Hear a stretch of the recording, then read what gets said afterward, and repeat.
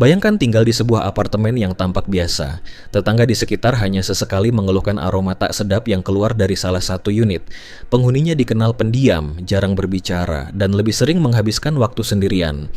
Tak ada yang menyangka, di balik pintu apartemen sederhana itu, tersimpan salah satu rahasia paling mengejutkan dalam sejarah kriminal Amerika Serikat. Pada musim panas tahun 1991, polisi memasuki apartemen tersebut untuk menyelidiki sebuah laporan.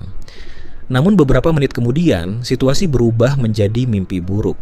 Apa yang mereka temukan bukan sekadar bukti sebuah kejahatan, melainkan rangkaian kasus yang telah berlangsung selama bertahun-tahun tanpa terungkap sepenuhnya. Penghuni apartemen itu bernama Jeffrey Lionel Dahmer. Selama lebih dari 1 dekade, ia berhasil menghindari kecurigaan banyak orang. Penangkapannya kemudian memicu pertanyaan besar. Bagaimana seseorang yang tampak begitu biasa bisa menyembunyikan kejahatan selama bertahun-tahun, dan mengapa berbagai tanda peringatan tidak berhasil menghentikannya lebih awal? Dalam video kali ini, kita akan membahas kisah Jeffrey Dahmer dari sudut pandang dokumenter. Kita akan menelusuri perjalanan hidupnya, bagaimana penyelidikan akhirnya mengungkap fakta-fakta penting, apa saja kegagalan sistem yang ikut berperan, serta pelajaran yang dapat diambil dari salah satu kasus kriminal paling terkenal di dunia.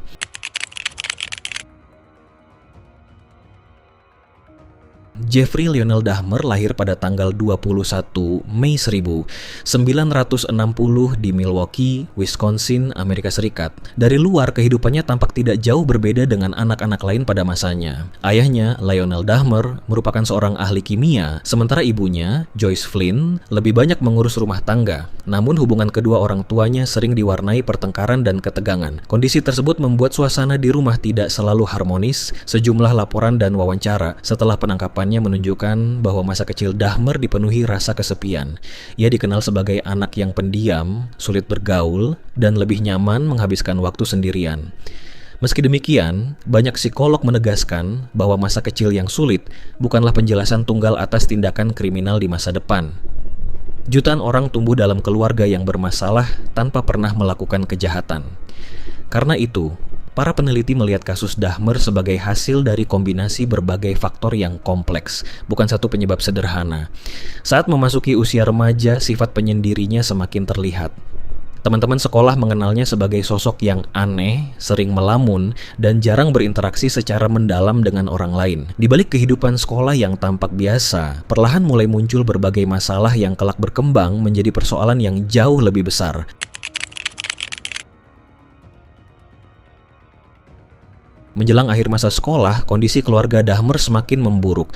Hubungan kedua orang tuanya retak dan akhirnya berujung pada perceraian. Peristiwa tersebut menjadi titik balik penting dalam kehidupannya. Tak lama kemudian, ia tinggal sendirian di rumah keluarga setelah kedua orang tuanya pergi dengan urusan masing-masing. Bagi sebagian orang, situasi seperti ini mungkin hanya menjadi fase kehidupan yang berat. Namun dalam kasus Dahmer, para penyelidik meyakini bahwa masa tersebut menjadi salah satu periode ketika berbagai masalah psikologis yang telah lama ada mulai berkembang tanpa pengawasan. Setelah lulus sekolah, ia sempat bergabung dengan Angkatan Darat Amerika Serikat. Harapannya, lingkungan militer dapat memberikan disiplin dan arah hidup yang lebih baik. Sayangnya, harapan tersebut tidak bertahan lama. Karena berbagai masalah pribadi dan disiplin, karir militernya berakhir lebih cepat dari yang diperkirakan. Setelah keluar dari militer, kehidupannya justru menjadi semakin tidak stabil. Ia berpindah-pindah tempat tinggal, kesulitan mempertahankan pekerjaan, dan semakin menjauh dari lingkungan sosial. Di mata sebagian orang yang mengenalnya, Dahmer hanyalah pria pendiam yang tampak kesulitan menjalani hidup. Namun tidak ada yang mengetahui bahwa di balik kehidupan tersebut, ia telah menyimpan rahasia yang suatu hari akan mengejutkan seluruh dunia.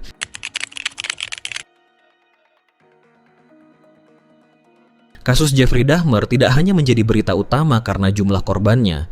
Yang membuat dunia begitu terkejut adalah bagaimana berbagai tanda peringatan ternyata sudah muncul berkali-kali, namun tidak selalu ditindaklanjuti secara efektif. Beberapa tetangga pernah mengeluhkan bau yang tidak biasa dari apartemennya.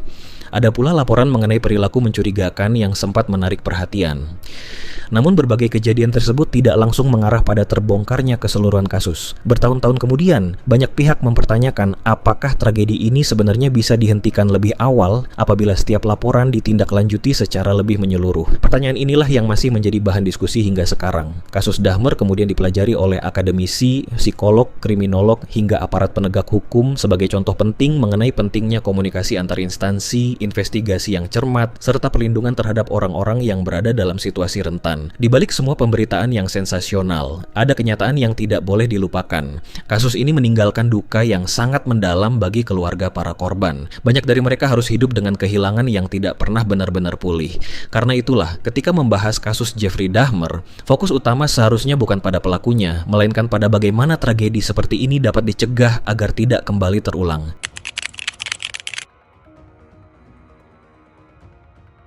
Selama bertahun-tahun, Jeffrey Dahmer menjalani kehidupan yang dari luar terlihat biasa. Ia tinggal di sebuah apartemen di Milwaukee dan bekerja seperti kebanyakan orang. Tetangganya mengenalnya sebagai pribadi yang pendiam. Meskipun beberapa orang pernah mengeluhkan bau menyengat dari apartemennya, tidak ada yang menyangka bahwa keluhan tersebut berkaitan dengan sebuah kasus kriminal besar. Pada tanggal 22 Juli 1991, sebuah peristiwa mengubah segalanya. Hari itu, seorang pria muda berhasil melarikan diri dari apartemen Dahmer dalam keadaan panik.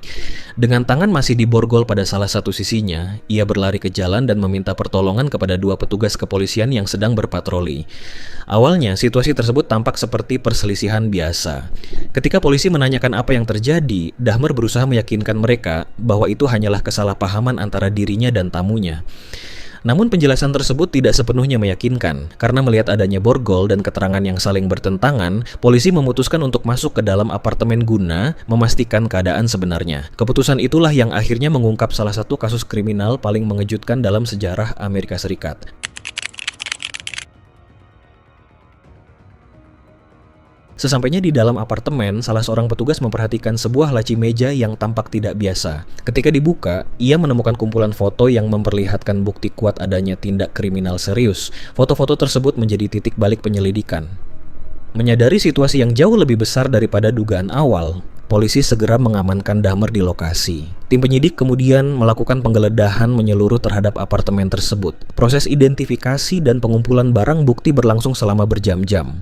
Setiap ruangan diperiksa dengan teliti. Sementara para penyelidik berusaha memahami apa yang sebenarnya telah terjadi di tempat itu. Seorang penyidik kemudian mengatakan bahwa sepanjang karirnya, ia belum pernah menyaksikan lokasi dengan kondisi seperti itu. Penemuan tersebut bukan hanya mengejutkan aparat kepolisian, tetapi juga mengguncang masyarakat Amerika ketika berita itu mulai diberitakan oleh media nasional. Dalam hitungan jam, kawasan apartemen yang sebelumnya tenang berubah menjadi pusat perhatian. Wartawan berdatangan, garis polisi dipasang, dan warga sekitar mulai menyadari bahwa mereka selama ini tinggal sangat dekat dengan pelaku salah satu kasus kriminal terbesar di negara itu.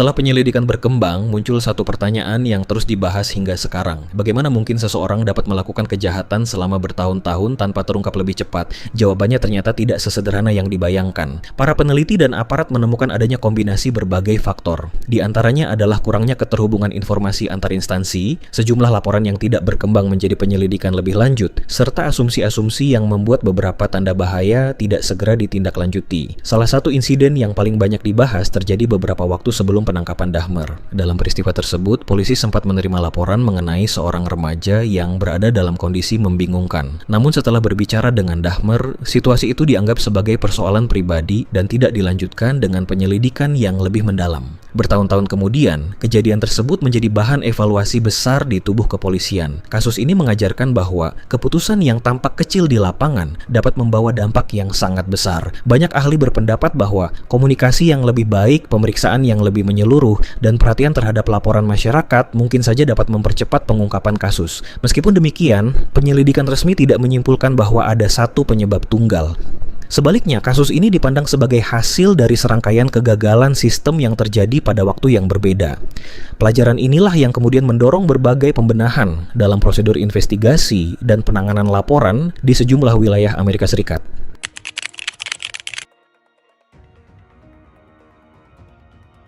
Setelah ditangkap pada Juli 1991, Jeffrey Dahmer segera menjadi pusat perhatian media internasional. Setiap perkembangan penyelidikan diberitakan secara luas. Bukan hanya karena skala kasusnya, tetapi juga karena banyaknya pertanyaan yang muncul mengenai bagaimana semua ini bisa berlangsung begitu lama. Proses hukum dimulai beberapa bulan kemudian. Dalam persidangan, Dahmer mengakui keterlibatannya dalam serangkaian pembunuhan yang dilakukan selama bertahun-tahun.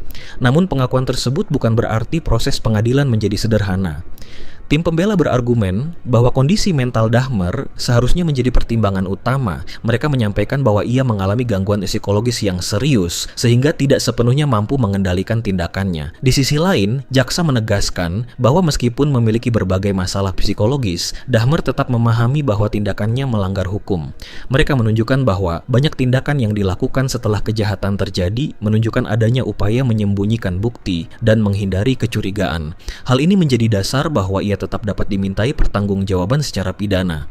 Setelah mendengarkan keterangan saksi, ahli, serta berbagai bukti yang diajukan, juri akhirnya memutuskan bahwa Jeffrey Dahmer bertanggung jawab secara hukum atas perbuatannya.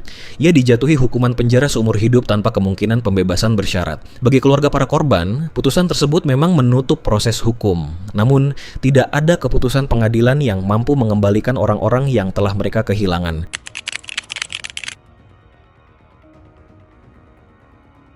Lebih dari 3 dekade telah berlalu, tetapi nama Jeffrey Dahmer masih sering muncul dalam buku, jurnal psikologi, dokumenter, hingga pembahasan di berbagai universitas. Alasannya bukan untuk menjadikan pelakunya sebagai sosok yang menarik perhatian, melainkan karena kasus ini menjadi salah satu contoh penting dalam kajian kriminologi modern. Para psikolog mempelajari bagaimana berbagai faktor dapat saling berkaitan dalam membentuk perilaku seseorang. Mereka menegaskan bahwa tidak ada satu penyebab tunggal yang dapat menjelaskan mengapa seseorang melakukan kejahatan ekstrem. Faktor biologis, lingkungan keluarga, pengalaman hidup, kesehatan mental, hingga kondisi sosial dapat berinteraksi dengan cara yang sangat kompleks. Di sisi lain, para ahli hukum mempelajari bagaimana sistem peradilan menangani kasus dengan tingkat kompleksitas tinggi, termasuk penggunaan kesaksian ahli dan evaluasi kondisi kejiwaan terdakwa. Sementara itu, kepolisian menjadikan kasus ini sebagai bahan evaluasi mengenai pentingnya komunikasi antar unit, tindak lanjut terhadap laporan masyarakat, dan perlunya penyelidikan yang cermat meskipun sebuah laporan pada awalnya tampak sederhana. Kasus ini mengingatkan bahwa dalam dunia investigasi tidak ada laporan yang boleh langsung dianggap sepele tanpa pemeriksaan yang memadai.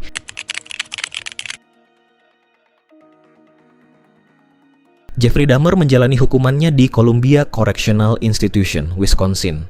Selama berada di penjara, ia sempat mengikuti berbagai kegiatan keagamaan dan beberapa kali diwawancarai oleh media.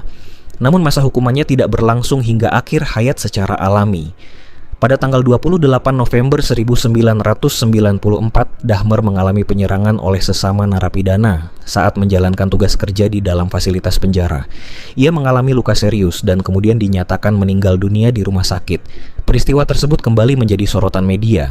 Banyak orang mempertanyakan bagaimana insiden itu dapat terjadi di dalam lingkungan penjara dengan tingkat pengamanan yang tinggi.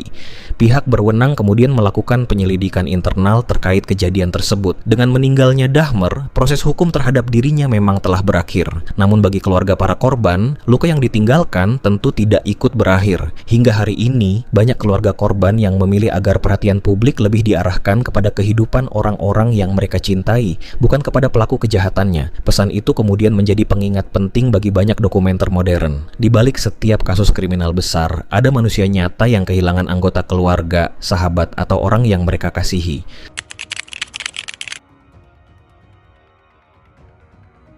Kasus Jeffrey Dahmer bukan hanya sebuah kisah kriminal, ia menjadi cermin bagaimana berbagai kegagalan sistem, kurangnya komunikasi, dan terlewatnya tanda-tanda peringatan dapat membawa konsekuensi yang sangat besar. Lalu, pelajaran apa yang sebenarnya bisa kita ambil dari tragedi ini? Dan mengapa hingga sekarang kasus ini masih terus dibahas dalam dunia psikologi, hukum, dan investigasi? Jawabannya sederhana, karena kasus ini bukan sekadar tentang seorang pelaku. Ini adalah tentang bagaimana sebuah tragedi dapat berkembang ketika berbagai kesempatan untuk mencegahnya tidak dimanfaatkan dengan baik. Banyak ahli kriminologi menilai bahwa tidak ada satu faktor tunggal yang menyebabkan kasus ini terjadi. Masa kecil yang penuh konflik, kesulitan membangun hubungan sosial, hingga berbagai persoalan psikologis hanyalah sebagian kecil dari gambaran yang jauh lebih kompleks. Yang terpenting, para ahli juga menegaskan bahwa jutaan orang mengalami pengalaman hidup yang berat tanpa pernah melakukan tindak kriminal. Karena itu, pengalaman hidup tidak boleh dijadikan pembenaran atas tindakan kejahatan. Di sisi lain, kasus ini juga menjadi bahan evaluasi besar bagi aparat penegak hukum. Setelah penyelidikan selesai, berbagai prosedur penanganan laporan masyarakat mulai dikaji ulang. Komunikasi antar unit diperbaiki, pelatihan bagi petugas ditingkatkan, dan pentingnya memverifikasi setiap laporan secara menyeluruh semakin ditekankan. Tujuannya hanya satu, agar tragedi serupa tidak kembali terjadi. Kasus ini juga mengajarkan bahwa terkadang tanda-tanda bahaya sudah muncul jauh sebelum sebuah tragedi terungkap. Keluhan warga, laporan masyarakat, maupun situasi yang tampak tidak biasa seringkali menjadi potongan-potongan kecil yang baru terlihat jelas ketika semuanya telah terlambat. Karena itulah, dalam dunia investigasi modern, setiap informasi sekecil apapun tetap memiliki nilai yang penting.